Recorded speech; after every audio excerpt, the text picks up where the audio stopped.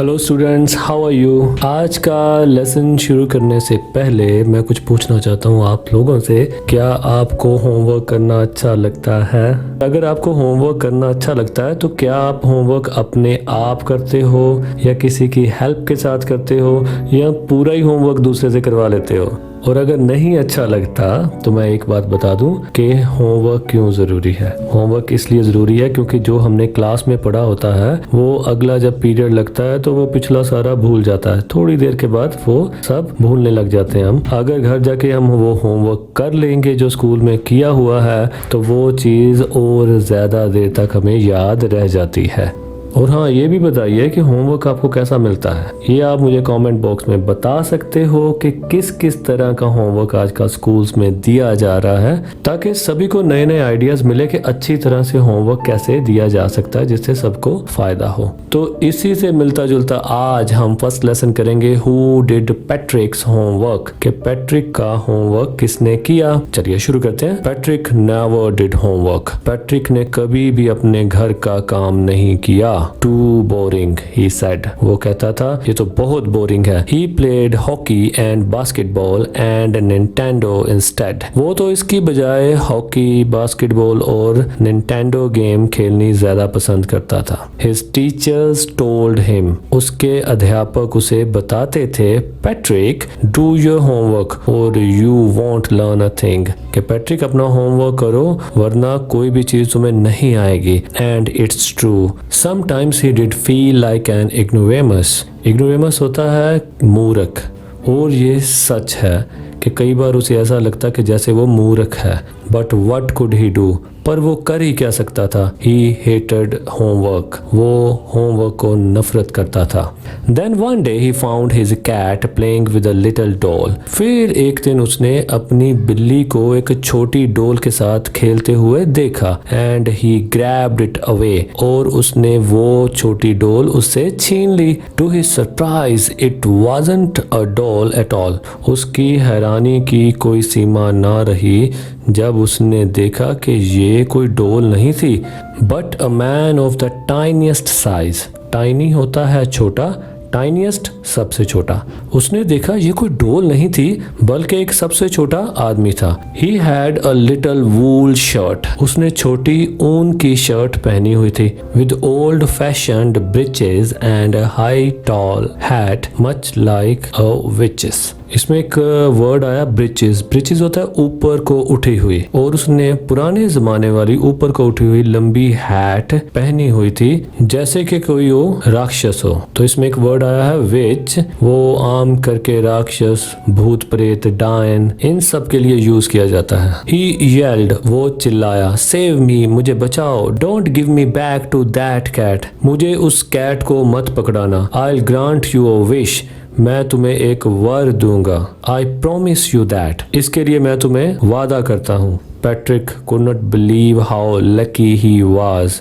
Patrick यकीन नहीं कर पाया कि वो कितना किस्मत वाला था। Here was the answer to all of his problems. यहाँ उसकी हर समस्या का जवाब था। So he said, तो उसने कहा, only if you do all my homework till the end of the semester, that's 35 days. मैं तुम्हें तभी बचाऊंगा अगर तुम 35 दिनों में इस सेमेस्टर के बीचों बीच मेरा होमवर्क पूरा कर दोगे। If you do a good enough job, I could even get A's. अगर तुम अच्छी जॉब करते हो मैं A ग्रेड भी लेकर आ सकता हूँ। The little man's face wrinkled like a dishcloth thrown in the hamper. छोटे बोने आदमी का चेहरा शिकन से ऐसा हो गया था जैसे कि किसी ने बर्तन पोंछने वाला कपड़ा बर्तन पोंछ कर किसी टोकरी में फेंक दिया हो। He kicked his legs and doubled his fists. तो भागते वक्त हम क्या करते हैं? अपनी टांगों का इस्तेमाल करते हैं और हाथ बंद करके मुट्ठियां बना लेते हैं ताकि हम तेज भाग सकें। तो देखिए यहाँ और तेज भागने को कितनी सुंदर तरीके से लिखा गया है कि he kicked his legs and doubled his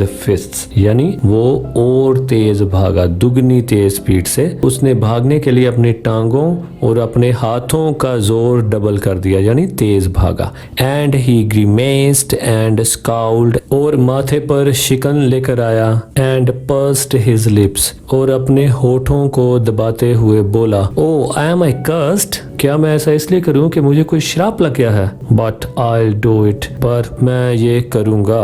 and true to his word, और अपनी बात को पूरा करते हुए, that little elf began to do Patrick's homework, उस छोटे बोने व्यक्ति ने पैट्रिक का होमवर्क करना शुरू कर दिया। Except there was one glitch, glitch होती है गड़बड़, इसके अतिरिक्त एक गड़बड़ थी। The elf did not always know what to do and he needed help, उस बोने व्यक्ति को हमेशा ये नहीं पता चलता था कि क्या करना है और उसको हमेशा हेल्प की जरूरत पड़ती। Help me he would say, वो हमेशा कहता रहता मेरी मदद करो, मेरी मदद करो। And Patrick would have to help in whatever way, और पैट्रिक को उसकी मदद करनी पड़ती चाहे कैसे भी करता। I don't know this word, मुझे ये शब्द का मतलब नहीं पता। The elf squid while reading पैट्रिक्स homework, Patrick का होमवर्क पढ़ते वक्त वो बोना व्यक्ति चिल्लाकर बोला, गेट मी अ डिक्शनरी, मुझे डिक्शनरी ला कर दो। नो व्हाट्स इवन बेटर, नहीं इससे भी अच्छा ये है, look up the word, words को ढूंढो, and sound it out by each letter, और मुझको हर लेटर ऊंचा ऊंचा बोलकर खुद बताओ। Sixth part, when it came to maths, जब मैथ्स की बारी आई, Patrick was out of luck, तो पैट्रिक की तो किस्मत ही खराब थी। व्हाट आर टाइम टेबल्स, बोने व्यक्ति ने कहा ये टाइम टेबल्स क्या होते हैं? द एल्फ श्रीक्ड, एल्फ ऊंचा चिल्लाकर बोला, we elves never need that, हम बोनों को तो इसकी कभी जरूरत ही नहीं पड़ी। And addition and subtraction and division and fractions, ये सब क्या है? जोड़, घटाओ, भाग और अंश। Here sit down beside me, you simply must guide. Me सिंपली मस्ट गाइड मी, तुम्हें बस मुझे गाइड करना है। Elves know nothing of human history, बोने मनुष्य के इतिहास के बारे में कुछ नहीं जानते। To them it's a mystery, उनके लिए तो ये एक रहस्य है। So the little elf already a shouter, इसलिए वो छोटा बोना जो कि सिर्फ चिल्लाने वाला ही व्यक्ति था, जस्ट गोट लाउडर, और ऊंचा चिल्लाने वाला हो गया। Go to the library, I need books, library जाओ, मुझे किताबें चाहिए। मोर एंड मोर बुक्स, और किताबें। And you can help me read them too, और तुम मेरी उसको पढ़ने में भी मदद कर सकते हो। As a matter of fact, सच्चाई तो ये थी, every day in every way, हर रोज किसी ना किसी तरह, that little elf was a nag, वो छोटा बोना तो एक सिरदर्दी का कारण था।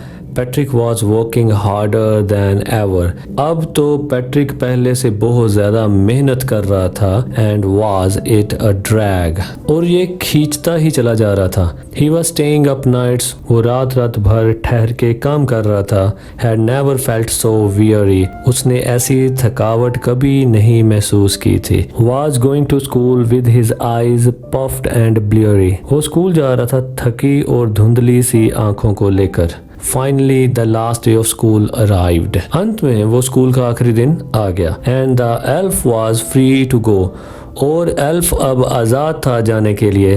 As for homework there was no more, क्योंकि होमवर्क में करने को और कुछ नहीं था। So he quietly and slyly slipped out the back door, quietly होता है चुप करके, slyly होता है बिना शोर मचाए, किसी से लुक छिप कर जाना उसे कहते हैं slyly। तो वो बिना शोर मचाए लुक छिप कर निकल रहा था पीछे वाले दरवाजे से। Patrick got his A's, Patrick को अपना ए ग्रेड मिला। His classmates were amazed, उसके क्लास के सहपाठी बहुत हैरान थे। His teachers smiled and were full of praise, उसके अध्यापक मुस्कुराए और उसकी तारीफ से भरे हुए थे। And his parents, और उसके माता पिता, they wondered what had happened to Patrick, उनको बहुत हैरानी हुई कि पैट्रिक को ये क्या हो गया। He was now the model kid, वो तो अब एक मॉडल बच्चा बन गया था जिसको देखकर दूसरे सीख सकते थे। क्लीन्ड हिज रूम, उसने अपना कमरा साफ किया। डिड हिज चोर्स, उसने अपने घर के काम किए। वाज चीयरफुल, खुश था। नेवर रूड, उसका व्यवहार नम्र था। अब वो रूडली नहीं बोलता था, यानी किसी से मिसबिहेव नहीं करता था। Like he had developed a whole new attitude, ऐसे लगता था जैसे उसने पूरा नया एक अलग व्यवहार धारण कर लिया हो। You see, in the end, Patrick still thought he had made that tiny man do all his homework.